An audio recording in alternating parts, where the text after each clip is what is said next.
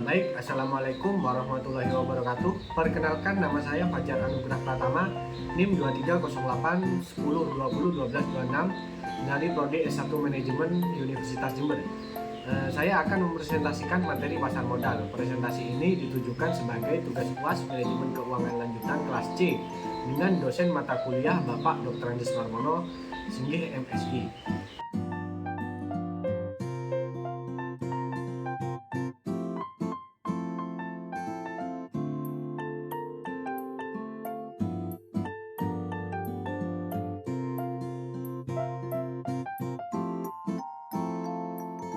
Kita mulai saja pengertian pasar modal. Pasar modal atau capital market adalah pasar keuangan untuk dana-dana jangka panjang dan merupakan pasar yang konkret. Dana jangka panjang adalah dana yang jatuh temponya lebih dari 1 tahun. Pasar modal dalam arti yang sempit adalah suatu tempat dalam pengertian fisik yang terorganisasi, tempat efek-efek perdagangannya yang disebut bursa efek. Pengertian bursa efek atau stock exchange adalah suatu sistem yang terorganisasi yang mempertemukan penjual dan pembeli, efek yang dilakukan baik secara langsung maupun tidak langsung. Pengertian efek adalah setiap surat berharga atau sekuritas yang diterbitkan oleh perusahaan, misalnya surat pengakuan utang, surat berharga komersial, saham, obligasi, tanda bukti utang, bukti right, dan warrant.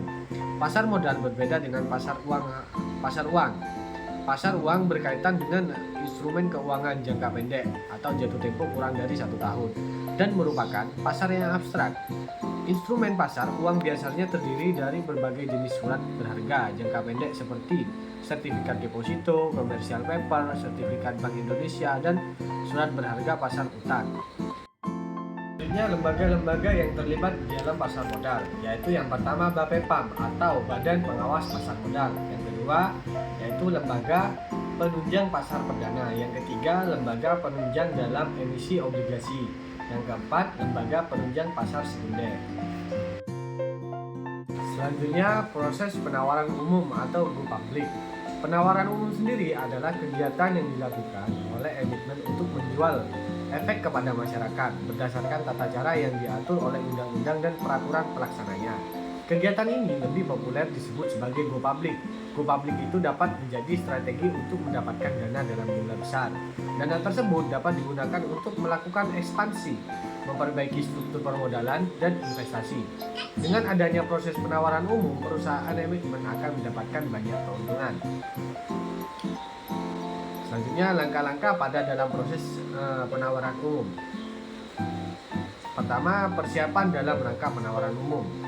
Yang nomor 1 yaitu manajemen perusahaan tetapkan rencana mencari dana melalui go public. Nomor 2 yaitu rencana go public dimintakan persetujuan kepada para pemegang saham dan perubahan anggaran dalam RUPS. Yang ketiga, emiten mencari profesi penunjang dan lembaga penunjang untuk menyiapkan kelengkapan dokumen. Yang keempat, menyiapkan kelengkapan dokumen emisi. Yang kelima, kontrak pendahuluan dengan bursa efek di mana efeknya akan dicatatkan. Yang keenam, penandatangan perjanjian emisi. Yang ketujuh, khusus penawaran obligasi atau efek lainnya yang bersifat utang harus memperoleh peringkat dari lembaga pemerintah efek. Yang ke-8, menyatakan pernyataan pendaftaran beserta dokumen-dokumennya kepada BAPEPAM, sekaligus melakukan ekspos terhadap BAPEPAM itu sendiri. Selanjutnya, tahapan dalam rangka penawaran umum. Yang pertama yaitu tahap persiapan. Tahapan ini merupakan tahapan awal dalam rangka mempersiapkan segala sesuatu yang berkaitan dengan proses penawaran umum. Pada tahap yang paling awal, perusahaan yang akan menerbitkan saham terlebih dahulu melakukan rapat umum pemegang saham atau RUPS untuk meminta persetujuan para pemegang saham dalam rangka penawaran umum saham. Setelah mendapatkan persetujuan, selanjutnya emiten melakukan penunjukan dijamin emisi serta lembaga dan profesi penunjang pasar. Kedua yaitu tahap pengajuan pernyataan pendaftaran. Pada tahap ini dilengkapi dengan dokumen-dokumen pendukung calon emiten menyampaikan pendaftaran kepada Badan Pengawas Pasar Modal hingga BAPEPAM menyatakan persyaratan pendaftaran menjadi efektif. Yang ketiga, tahap penawaran saham. Tahapan ini merupakan tahapan utama karena pada waktu inilah emiten menawarkan saham kepada masyarakat investor. Investor dapat membeli saham tersebut melalui agen-agen penjual yang telah ditunjuk. Masa penawaran sekurang-kurangnya 3 hari kerja. Perlu diingat pula bahwa tidak seluruh keinginan investor terpenuhi dalam tahapan ini. Misal, saham yang dilepas ke pasar perdana sebanyak 100 juta saham, sementara yang ingin dibeli oleh investor yaitu 150 juta saham. Jika investor tidak mendapatkan saham pada pasar perdana, maka investor tersebut dapat membeli di pasar sekunder, yaitu setelah saham dicatatkan di bursa efek. Yang keempat yaitu tahapan pencatatan saham di bursa efek. Setelah selesai penjualan saham di pasar perdana, selanjutnya saham tersebut dicatatkan di bursa efek. Di Indonesia, saham dapat dicatatkan di bursa efek Jakarta, sekarang menjadi bursa efek Indonesia atau BI, bursa efek Surabaya BS, atau dicatatkan di kedua bursa tersebut. Proses pencatatan di Bursa Efek Indonesia. Proses pencatatan di BEI dilakukan secara pernyataan efektif oleh Bapepam dan Emitmen bersama. Dengan penjamin emisi telah melakukan penawaran umum, maka akan terjadi proses sebagai berikut. Yang pertama, Emitmen mengajukan permohonan pencatatan BEI sesuai pernyataan. Yang kedua, BEI melakukan evaluasi berdasarkan persyaratan. Yang ketiga, jika memenuhi persyaratan, maka BEI memberikan persetujuan. Yang keempat, Emitmen membayar biaya pencatatan. Yang kelima, BEI mengumumkan percatatan efek di bursa. Yang keenam, efek tersebut tercatat dan diperdagangkan.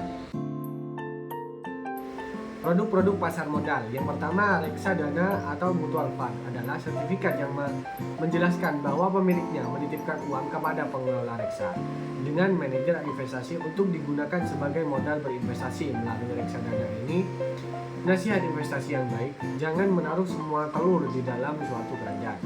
Bisa dilaksanakan pada prinsipnya. Investasi pada reksadana adalah melakukan investasi yang menyebar pada sejumlah alat investasi yang diperdagangkan di pasar modal dan pasar uang. Yang kedua, saham didefinisikan sebagai tanda pernyataan atau kepemilikan seseorang atau badan dalam suatu perusahaan. Wujud saham adalah selembar kertas yang menerangkan bahwa pemilik kertas tersebut adalah pemilik perusahaan yang menerbitkan kertas tersebut.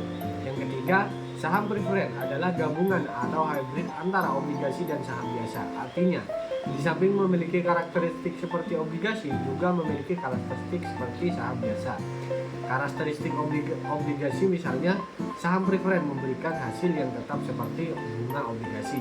Biasanya saham preferen memberikan pilihan tertentu atas hak pembagian dividen. Yang keempat, obligasi adalah surat berharga atau sertifikat yang berisi kontrak antara pemberi pinjaman dengan penerima pinjaman. Surat obligasi adalah selembar kertas yang menyatakan bahwa pemilik kertas tersebut memberikan pinjaman kepada perusahaan yang menerbitkan obligasi. Yang kelima, warrant adalah hak untuk membeli saham biasanya pada waktu dan harga yang sudah ditentukan. Biasanya warrant dijual bersamaan dengan surat berharga lainnya, misal obligasi atau saham. Penerbit warrant harus memiliki saham yang nantinya dikonversi oleh pemegang warrant. Namun setelah obligasi atau saham yang disertai warrant memasuki pasar baik obligasi, saham maupun warrant dapat diperdagangkan secara terpisah. Yang keenam, right issue atau merupakan hak bagi pemodal membeli saham baru yang dikeluarkan emitmen. Karena merupakan hak, maka investor tidak terikat untuk membelinya. Ini berbeda dengan saham bonus atau dividen saham yang otomatis diterima oleh pemegang saham right issue dalam diperdagangkan. Jadi dapat disimpulkan bahwa pasar modal adalah tempat bertemunya dua pihak, yaitu pihak yang menawarkan dan pihak yang memerlukan dana dalam jangka waktu yang tidak singkat. Pasar modal juga dikatakan sebagai pasar yang konkret. Sekian presentasi dari saya, kurang lebihnya saya mohon maaf dan terima kasih. Wassalamualaikum warahmatullahi wabarakatuh.